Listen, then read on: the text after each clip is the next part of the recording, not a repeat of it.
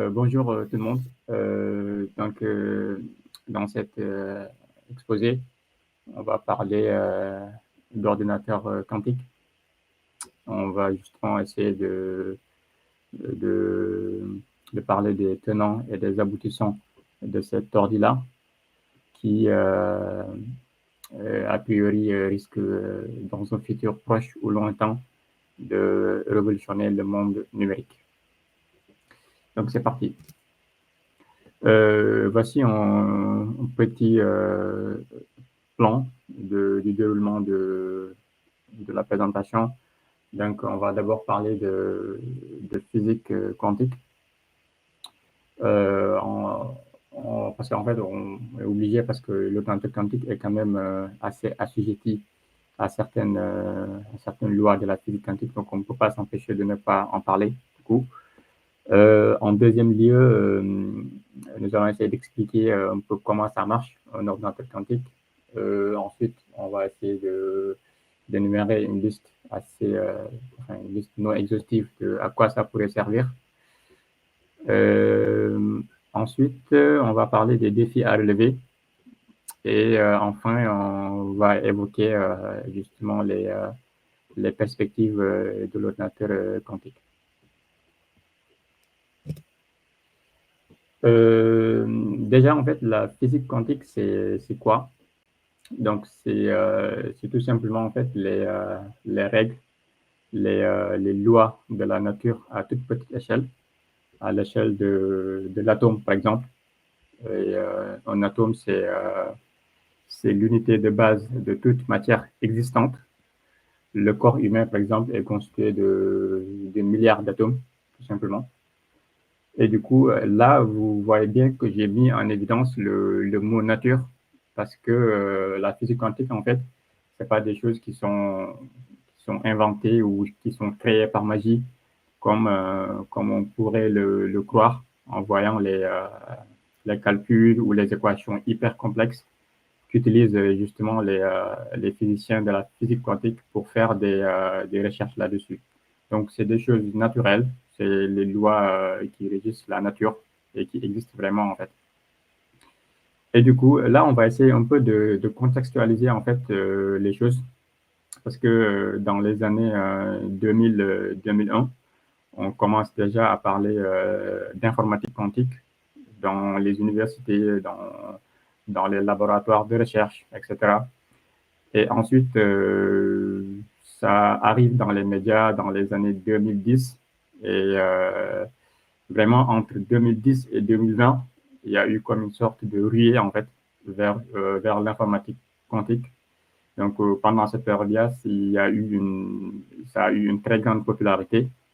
Et comme on pourrait le voir avec les quelques publications que j'ai mis là, il y a la revue Time, en fait, qui publie en disant ça promet de résoudre les problèmes de l'humanité les plus complexes et que c'est soutenu par Jeff Bezos, soutenu par la NASA, la CIA, et que ça coûterait environ 10 millions de dollars et que ça fonctionne à des températures extrêmement basses. Et personne ne sait comment ça marche. Ensuite, il y a la publication de la revue Slate qui dit faut-il croire à l'ordinateur quantique? Si oui, pour quand? Et enfin, on a l'Obs qui vient avec sa publication les ordinateurs quantiques vont-ils mettre les hackers au chômage? Donc là, en fait, en voyant ces publications-là, on sent déjà que les gens sont assez perplexes sur ce sujet. Ils ne savent pas trop qu'est-ce que c'est ce truc d'informatique quantique. Donc, ils se posent plein de questions. Ils vont justement chercher à comprendre davantage c'est quoi ce concept d'ordinateur quantique. Et puis, plus récemment, en fait, en janvier 2021, le président Emmanuel Macron a lancé ce qu'on appelle le plan quantique. Du coup, justement, c'est le lancement de la plateforme nationale de calcul quantique qui a nécessité un budget de 1,8 milliard d'euros. Et ce truc-là, en fait, ce sera construit en fait dans la région parisienne. et qui va contenir en fait tout simplement des supercalculateurs classiques qui existent déjà partout, hein, que l'on connaît déjà. Mais en plus, ça va contenir en fait des simulateurs quantiques qui vont être un peu créés par l'entreprise Atos. Et ça va aussi en fait détenir deux processeurs quantiques qui vont être fabriqués par la startup Pascal.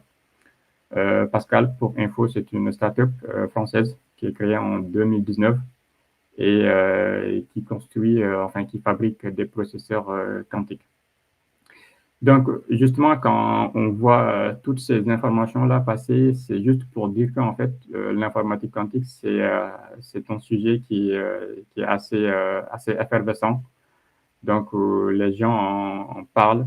Il y a même les grandes entreprises comme IBM et Google qui se bousculent justement à ce sujet-là, parce que chacun de leur côté cherche justement à atteindre l'apogée à ce qui concerne l'informatique quantique. Il y a aussi plein de pays qui font beaucoup de recherches là-dessus, notamment la Chine, qui fait beaucoup de recherches sur l'informatique quantique, même si eux, ils n'en parlent pas beaucoup. Enfin, ils font pas beaucoup de vulgarisation sur ce qu'ils font.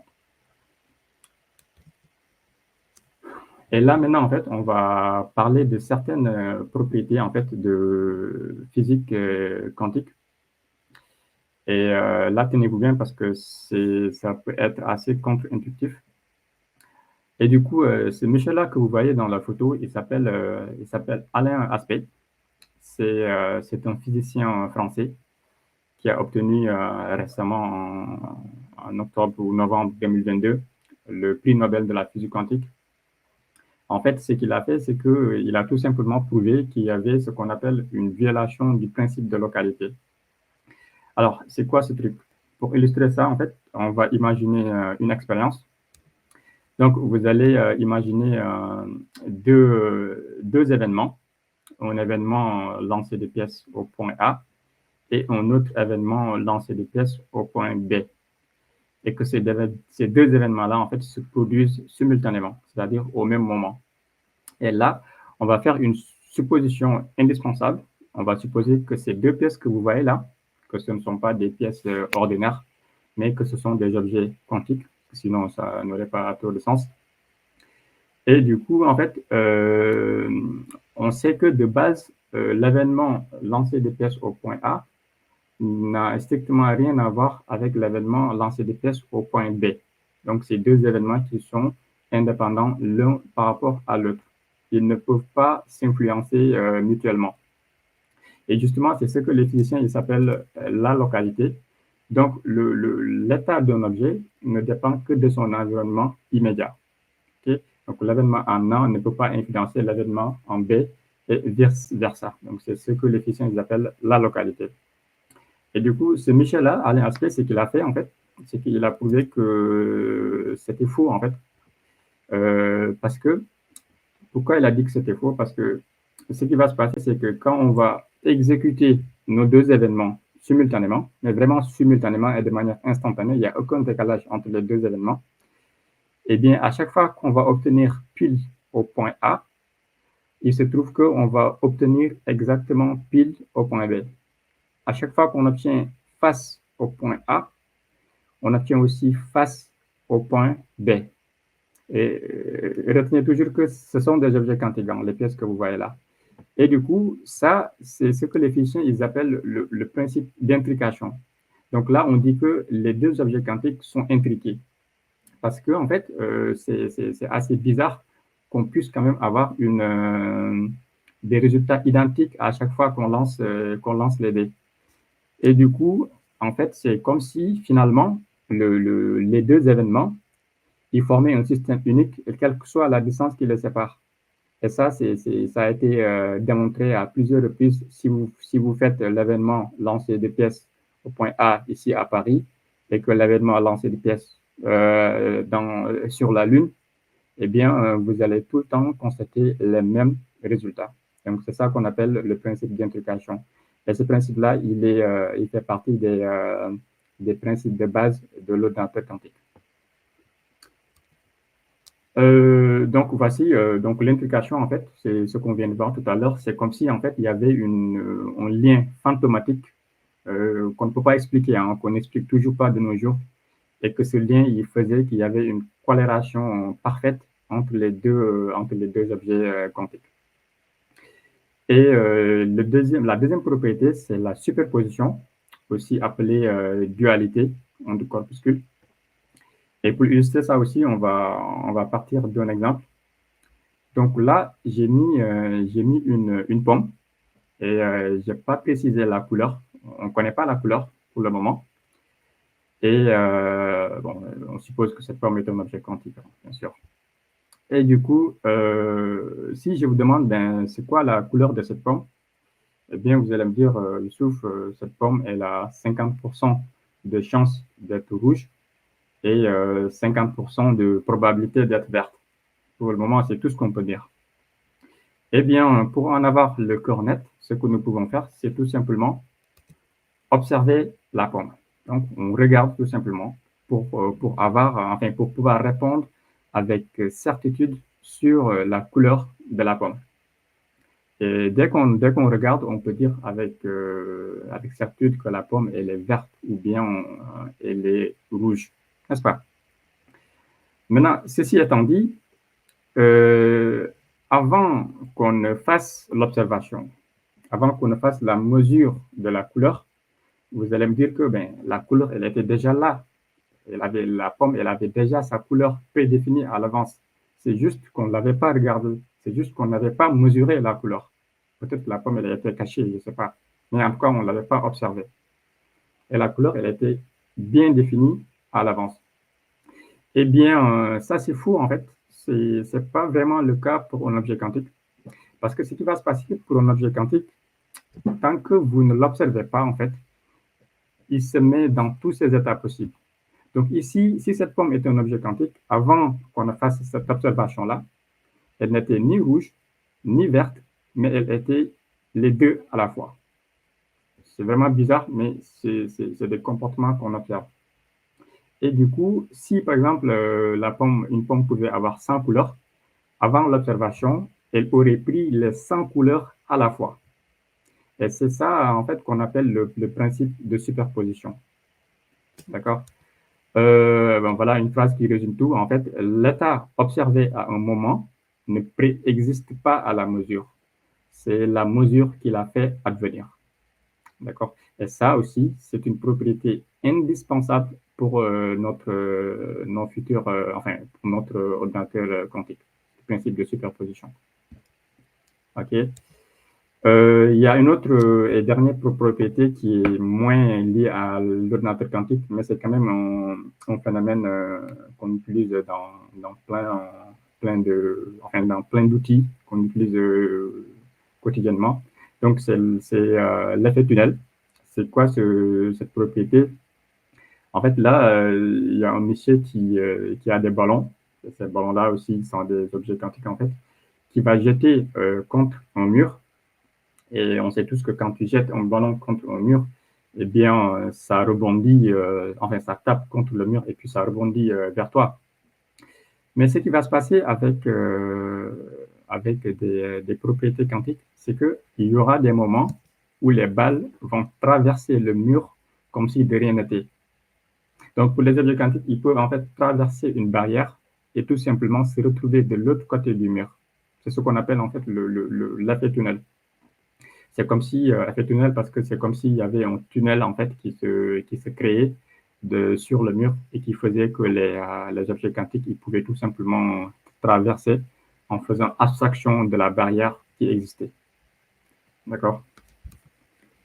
Du coup, dans la deuxième partie, on va un peu parler de comment ça marche. Eh bien, rien de nouveau parce que en fait, les propriétés de la physique quantique sont déjà au cœur de notre vie quotidienne. Nos PC actuels que nous utilisons, ils fonctionnent grâce à un processeur qui lui-même est constitué de milliards de transistors. Et ces transistors-là ben, sont le fruit en fait de la mécanique quantique qui date depuis une centaine d'années ou même plus. Il y a aussi en fait les lasers, les GPS etc. Donc, ces outils-là, en fait, découlent tout simplement de la mécanique quantique. Du coup, comme vous l'avez deviné, en fait, pour un ordinateur quantique, on parle là de qubits, c'est-à-dire de quantum bits. Et du coup, il y a différents en fait, matériaux qui peuvent être utilisés pour construire des processeurs quantiques, enfin, pour construire des qubits, tout simplement. Il y a les supraconducteurs. Un supraconducteur, c'est un matériau en fait, qui est capable de conduire le courant électrique avec une résistance nulle. Donc, il n'y aura pas de perte d'énergie via l'effet Joule ou tout ce qui peut causer une perte d'énergie sur un matériau quelconque. OK? Et ce truc-là, ça fonctionne à des températures hyper extrêmement basses, proches du 0 degré, du 0 absolu. Il y a aussi, en fait, les qubits qui sont construits à base d'ions. C'est tout simplement enfin, on utilise des atomes de rubidium. Il y a des qubits qui sont construits avec les atomes de silicium. Et le dernier, celui que je préfère le plus, c'est les qubits à base de photons. Les photons, pour ceux qui ne savent pas, en fait, c'est la lumière que nous connaissons. C'est les constitués de petits grains qu'on appelle tout simplement des photons, mais qui n'est pas visible à l'œil, enfin, qui n'est pas visible tout simplement. Okay. Et voici en fait un exemple de quelques entreprises avec les technos qu'ils utilisent. Par exemple, IBM et Google, eux, ils ont opté pour les qubits à base de supraconducteurs. Je me suis trompé, j'ai écrit supraconducteurs. Pascal, qu'on a vu tout à l'heure, qui, eux, construisent des processeurs avec des atomes de rubidium, enfin, des qubits. Il y a aussi Candela, Alice et Bob, qui sont aussi des startups. Enfin, ça, c'est des nouvelles startups. Hein. Comme je vous ai dit, il y a tout le monde qui fait des recherches là-dessus. Candela et Alice et Bob aussi, ils construisent des ordi quantiques et ils utilisent des qubits à base de photons. Et ça, en fait, c'est pas du tout facile de construire un processeur quantique parce que là, vous imaginez que c'est vous devinez que c'est des procédés physiques, chimiques assez compliqués que les physiciens ils doivent faire donc pour justement aboutir à leur fin. Donc c'est pas chose facile de construire des qubits. Et du coup, voici un autre exemple.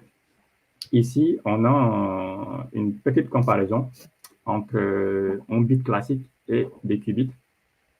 Si on prend l'exemple de 2 bits, eh bien, avec 2 bits, on peut coder ou bien on peut représenter 4 états possibles. D'accord? Donc, on a 0, 0, 0, 1, 1, 0, 1, 1. Mais ce que fait nos ordinateurs classiques, quand je dis classique, c'est les ordinateurs que nous avons actuellement. Hein, d'accord? Du coup, pour traiter ces 4 informations-là, ben, il n'a pas le choix, il est obligé d'itérer dans chaque état et de faire ce qu'il a à faire. Donc, il est obligé de répéter l'action pour chaque état.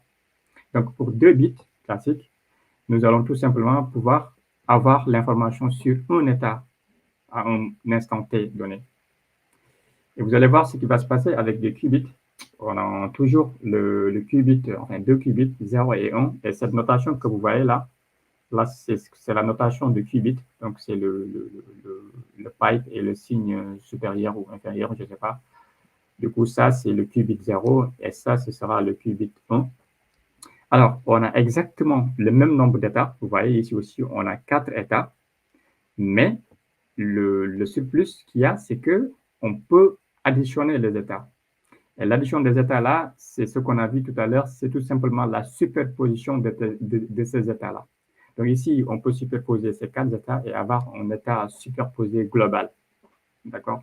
Et ça, c'est puissant parce qu'au lieu de traiter les états un par un, on peut traiter tous les états à la fois. Donc ici, c'est ce que j'essaie d'expliquer ici. Avec 2 qubits, on peut avoir l'information sur 4 états en même temps.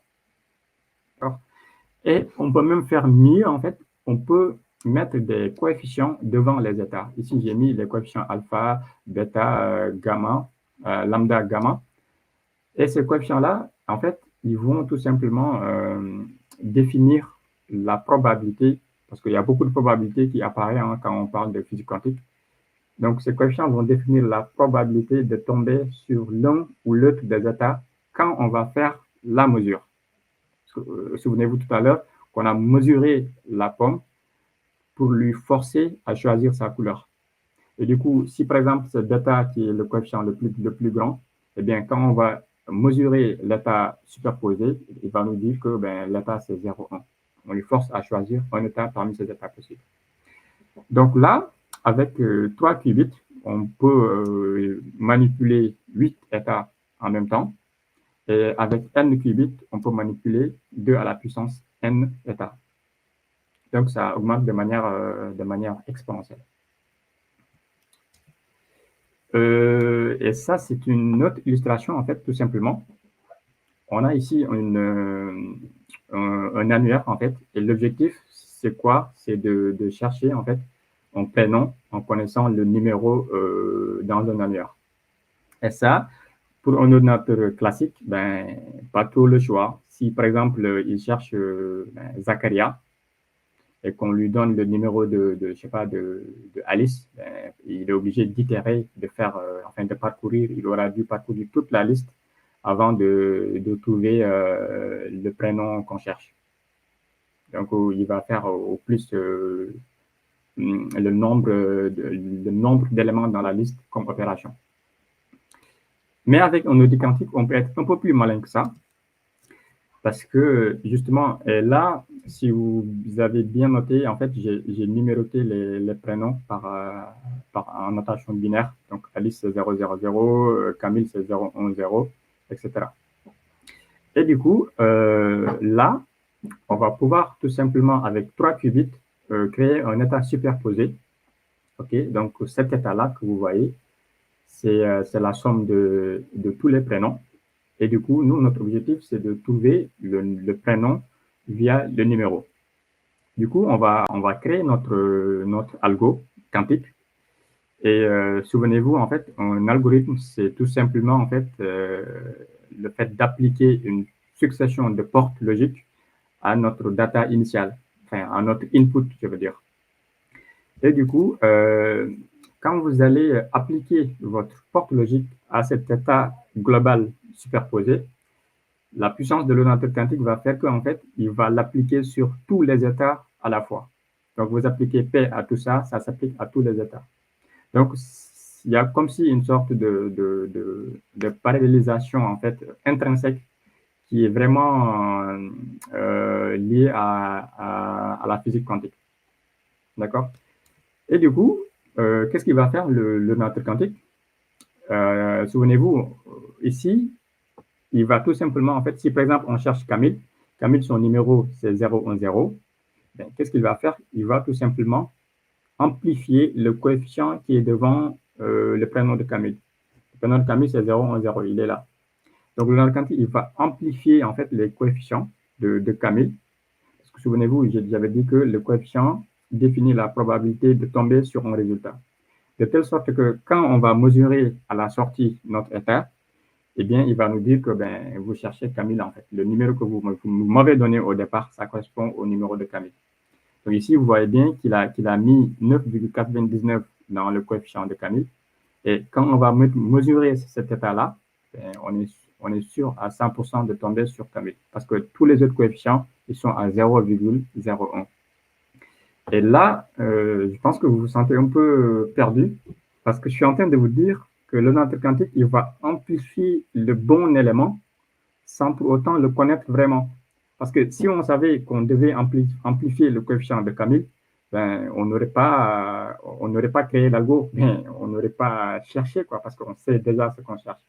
Donc, ce que je suis en train de vous dire, c'est que l'ordinateur quantique doit chercher, enfin, doit amplifier le bon élément sans pour autant le connaître vraiment.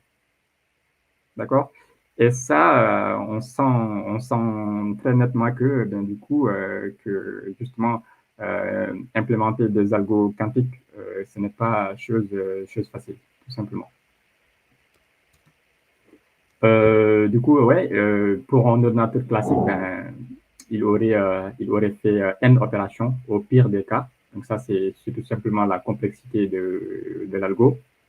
Donc si on suppose qu'on avait n non au début, et pour un ordinateur classique, lui, il le fait en racine de n opérations. Et ça quand même, c'est assez important comme performance. Et du coup, ça se fait avec un algo qui s'appelle l'algo de Groover. Je me suis trompé, Groover, c'est un seul O, c'est pas deux O. Donc voilà, une amélioration en racine, c'est déjà quand même assez bien. C'est pas mal comparé à une complexité en grand taux de n. Et donc ça montre quand même un peu la différence et l'amélioration que ça pourrait apporter. J'ai mis une dernière illustration en fait pour tout simplement montrer via un exemple de labyrinthe comment. Donc ici on a un labyrinthe. Donc pour un ordinateur classique, ben, si tu veux trouver la sortie, tu n'as pas beaucoup trop le choix. Tu testes les chemins un à un jusqu'à ce que tu trouves la sortie, tout simplement. Et ça pourrait être assez chronophage en fonction de la complexité du labyrinthe. Mais regardez là, avec les boules en rouge, là, c'est l'exemple d'un ordinateur quantique qui, lui, il trouve en un temps record la sortie. Parce que, souvenez-vous, un objet quantique, il peut être dans deux endroits à la fois. Donc, quand il est dans un labyrinthe, et à chaque fois qu'il arrive dans une intersection, eh bien, il passe par tous les chemins possibles. Et vous voyez très nettement que il a beaucoup plus de chances de trouver la sortie en un temps record. Donc, tout ça aussi, c'est pour illustrer la puissance de ce truc-là. Il y a aussi un algorithme qui s'appelle algorithme de Shor. Ça, c'est exclusivement un algorithme quantique, en fait. Et c'est un algorithme enfin, ce que ça fait, c'est simple. Hein, il fait tout simplement de la factorisation de nombres en produit de facteurs premiers. En termes plus clairs, vous lui donnez 15, il vous dit que 15, c'est 3 fois 5. C'est tout ce qu'il fait. Mais ça, c'est hyper important parce que souvenez-vous que le procédé de chiffrement de RSA, qui est actuellement l'un des plus puissants, il repose en fait sur le fait qu'on ne peut pas factoriser de grands nombres. D'accord? Enfin, on peut, mais ça prendrait des temps qui sont vraiment inimaginables. D'accord? Et cet algo-là, lui, il pourrait, en un temps record, factoriser de très grands nombres. Et ça, si ça arrive, il y a beaucoup d'enjeux qui sont derrière parce que RSA, si ça tombe, il y a plein de trucs qui vont tomber avec. Ça, plein de trucs, je parle de la sécurité des transactions sur l'Internet, de nos codes de carte bleue, de nos clés et tout ça. Donc, à quoi ça sert ce truc, cet ordinateur quantique? Ouais, bon, là, déjà, nos ordinateurs classiques que nous connaissons, enfin, le processeur en lui-même, il peut effectuer des milliards de calculs par seconde. Vous allez me dire, c'est déjà assez rapide. Oui, mais en fait, nos ordinateurs classiques, ils ont clairement montré leurs limites dans certains problèmes. D'accord? Du coup, ça pourrait accélérer de manière exponentielle la résolution de certains problèmes de communication digitale impossible à pirater, reposant sur le principe d'implication, résoudre la plupart des problèmes NP. Les problèmes NP, c'est les problèmes en fait qui sont faciles à vérifier mais difficiles à résoudre. Facile dans la mesure où ça prendrait un temps polynomial.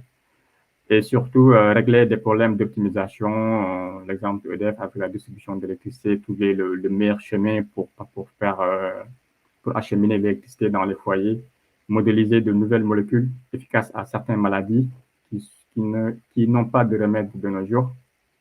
Et le dernier, je l'ai barré parce que ce n'est pas vraiment une utilité, mettre en mal les algos de chiffrement existants RSA, ce que je viens d'évoquer tout à l'heure. Les défis à relever, donc l'un des grands défis à relever, c'est tout simplement, en fait, c'est la correction d'erreurs.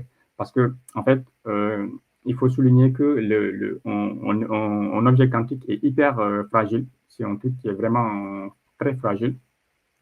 Du coup, avec des choses, avec des perturbations, perdre cet état cet état quantique. C'est ce qu'on appelle en fait la décohérence quantique. Il peut être dans un état quantique, mais dès qu'il n'est plus dans un état quantique, on appelle ça la décohérence quantique. Et ça, cet état-là, c'est hyper fragile.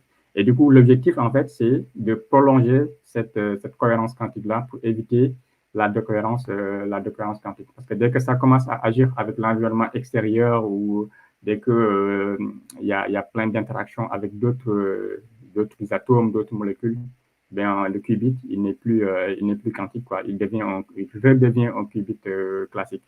Et là, juste pour illustrer cette instabilité-là, là, ce que vous voyez là,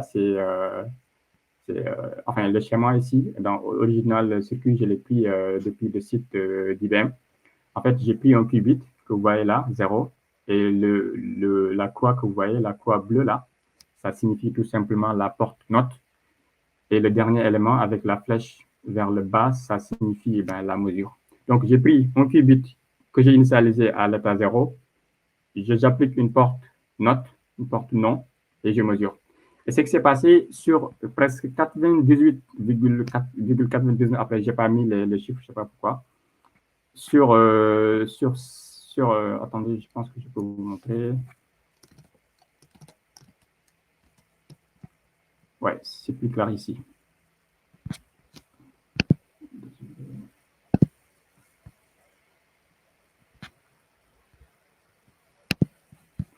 Voilà, en fait, je prends un 0, je mets une porte note et je mesure. Donc, sur 980, donc il effectue l'opération 1000 fois. Hein. Donc, dans les 986 fois, donc 0, tu mets une porte note, tu obtiens forcément un 1 à la sortie. Mais ici, on voit que 986 fois, il a obtenu 1, mais ce qui est bizarre, c'est que 38 fois, il a obtenu 0. Donc ça, en fait, ça démontre l'instabilité de ce truc-là. D'accord? Donc voilà, voici une liste en fait. Voilà, donc le défi aussi, maintenir un qubit dans son état quantique, ce que je viens d'expliquer tout à l'heure, le temps de cohérence, atteindre la suprématie quantique. Bon, après la suprématie quantique, en fait, c'est le fait de résoudre un problème que nos ordinateurs classiques ils pourraient mettre des millions d'années à résoudre et que l'ordinateur quantique, lui, il le fait en quelques secondes ou en quelques minutes. C'est ce qu'on appelle la suprématie quantique. Après, Google a dit l'avoir atteint en 2019, mais c'est assez relatif parce que tout le monde peut se lever un bonjour et dire que oui, j'ai atteint la suprématie quantique. Déterminer les mécanismes qui font que l'environnement qui vont dégrader la qualité des qubits, connaître le chemin suivi par le calcul, inventer des algos post-quantiques. Donc tout ça, en fait, ce sont tout simplement des défis à relever. Et il y a plein de processeurs qui sont en construction, mais font encore beaucoup d'erreurs. Et ça aussi, c'est une problématique qu'il faut régler.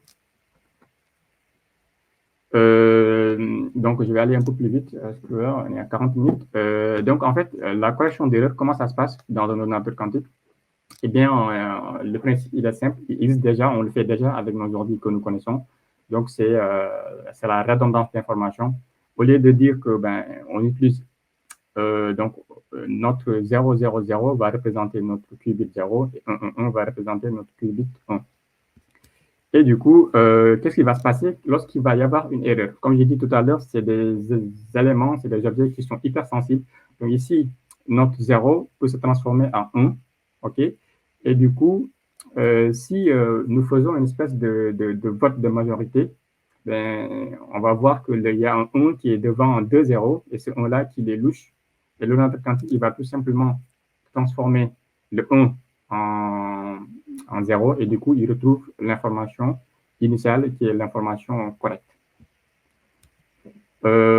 Ici, là, vous allez me dire qu'est-ce qui se passe si c'est 2 1 qui se transforment au lieu d'un seul 1. Et là, c'est une catastrophe parce que là, la correction d'erreur va empirer les choses. Donc, au lieu, il va se dire que c'est le 0 qui est minoritaire. Donc, de base, on avait 1, 1, 1. Il va corriger le truc, il va empirer, et là, c'est une catastrophe. OK? Et pour éviter ça, pas trop le choix. Au lieu de coder avec 3 qubits, on code avec 5 qubits, une seule information. Enfin, 0 va devenir 5 0. Et du coup, ici, quand on va faire notre vote de majorité, eh bien, si c'est seulement 2 1 2 0 qui se sont transformés en 1, eh bien là, dans ce cas précis, notre vote de majorité nous permettra de retrouver l'information initiale qui est la bonne information. OK? Et tout ceci pour dire qu'en fait, on se retrouve dans une espèce de cercle vicieux, parce que là, en fait, il y a ce qu'on appelle un CI, c'est-à-dire il faut que de base, qu'on ait une erreur assez basse pour que la correction d'erreur marche. Parce que là, vous avez vu, avec 3 qubits, lorsqu'on avait 2 erreurs, la correction, ça ne marche pas. Donc, et plus on veut une erreur finale basse, plus il faut de qubits pour encoder l'information de manière redondante. Et ça, bon, je l'ai mis dans les défis à relever parce que c'est assez problématique. Et pour le moment, à l'heure où nous parlons, il n'y a aucune entreprise qui est parvenue à atteindre ce seuil-là. D'accord? Il y a Google ou IBM qui a dit être à 20% au-dessus du seuil, mais personne n'a encore trouvé le seuil, en fait, pour que justement la correction d'erreur, elle marche à 100%. C'est pourquoi, bon, dans cette partie, j'ai tout simplement décidé de mettre ces deux images. Donc, voici en fait à quoi ressemble un ordinateur quantique. Ça, c'est l'ordinateur quantique de IBM, d'accord? Et du coup, donc, c'est via des superconducteurs. Hein. Souvenez-vous, c'est à des températures extrêmement basses.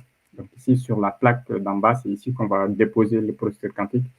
Et là, il y aura une espèce de couvercle qui va venir couvrir toute cette partie de cuivre là que vous voyez. Et ils vont refroidir ça à des températures extrêmement basses. Vous voyez là, à moins 273,14 degrés. Et l'autre chose, c'est que ça coûte extrêmement cher. Donc, cet ordre-là, juste pour dire que vous n'êtes pas prêt à l'avoir chez vous en ce moment, même si vous êtes riche et que vous avez des multiples de millions d'euros, hein, ce qui est possible, vous allez peiner quand même à entretenir cet ordinateur quantique-là. Donc, voilà, il y a plein de recherches que les gens y font, il y a plein de débats là-dessus, les recherches avancent. La France aussi est vraiment très intéressée sur ce sujet-là. Comme je vous ai présenté tout à l'heure, il y a les entreprises Candela, Alice et Bob, Pascal, qui vraiment s'intéressent à ce sujet et qui font beaucoup de progrès là-dessus. Donc, c'est pour quand je ne saurais le dire. Peut-être c'est demain, peut-être c'est après-demain. Je ne sais pas trop. Je ne saurais pas répondre avec exactitude. En fait, le problème, c'est à partir de quel moment on va avoir des ordinateurs quantiques qui vont vraiment servir à grande échelle. C'est ça la vraie question. Et ça, bon, ça avance, bon, ça va arriver, hein, c'est sûr, compte tenu de l'évolution qu'on a eue depuis 200 ans derrière ou une centaine d'années. Donc, c'est sûr que ça va finir par arriver un jour. Donc, voilà. Voilà, c'était tout ce que j'avais à présenter. Donc, merci de votre attention et merci d'être à l'écoute. Et du coup, si vous avez des questions, c'est le moment. Tu m'entends? Oui. Par rapport aux enjeux, du coup, les dernières slides, l'enjeu, c'est de pouvoir refroidir ce ordinateur. La question, du coup, elle est liée aux matériaux ou elle est liée au fait que ce soit produit à petite échelle? Pardon, j'ai pas entendu la dernière partie. La question, du coup, elle est liée à la question du coût d'acquisition. Elle est liée aux matériaux utilisés. C'était doré, j'imagine que c'est de l'or. Où elle est liée au fait que ce soit à petite échelle. Et la question de refroidir, j'imagine que c'est avec de l'azote liquide. J'imagine Oui. que la complexité ici, elle est plus liée au coût d'acheminement et du fait qu'on n'a pas d'azote liquide à disposition. Ouais, je pense que c'est les deux. Je ne sais pas quel est le degré de disponibilité de l'azote liquide. D'ailleurs, je ne sais pas combien ça coûte ce truc. Mais pour moi, en fait, je pense que le matériel nécessaire les gens, ils les ont. C'est juste qu'en fait, ils n'arrivent pas vraiment à appréhender, à maîtriser en fait certaines propriétés quantiques. Et c'est ça qui fait que ça prend un peu de temps en fait avant d'arriver à un état vraiment stable sur ce truc-là. Je sais pas si c'est parce que je n'ai pas bien entendu, mais je pense que je sais pas si j'ai répondu bien à ta question du coup. Oui, enfin, il n'y a pas de bien ou de mauvais. Non, non, c'était plutôt. Enfin, ouais, ma question est vraiment la question du coût et de la disponibilité de ce type de produit. Après, j'ai l'impression que tu dis que c'est plus l'usage qui est problématique, c'est qu'on n'a pas encore résolu les problèmes, tous les problèmes quantiques que ça pose. Ouais, justement, en fait, la disponibilité de ce truc, c'est ce que j'ai. En fait, ce truc-là, même si c'était disponible dans le marché et que tu pouvais l'acheter aujourd'hui, le problème, c'est comment tu vas l'entretenir, quoi. Parce que, comme j'ai dit tout à l'heure, en fait, ça fonctionne à des températures qui sont extrêmement basses et que c'est hyper fragile. À la moindre poussière, ben, tu as pris un ordinateur quantique, tu as tout simplement tu as acheté à des millions d'euros un ordinateur classique. Et c'est ça qui fait que, bon, même si on a un truc de dispo aujourd'hui, peut-être qu'il y aura des dispo dans le cloud, quoi, comme l'a fait tout à l'heure, enfin, comme j'ai montré tout à l'heure sur le site de, de IBM. Ça, par exemple, c'est un calculateur quantique, en fait, du site d'IBM, où tu peux écrire tes algos et tester tes algorithmes quantiques. Mais le problème actuellement, c'est que ça fait beaucoup trop d'erreurs. Et justement, l'objectif, c'est en fait d'amoindrir les erreurs et atteindre un seuil raisonnable.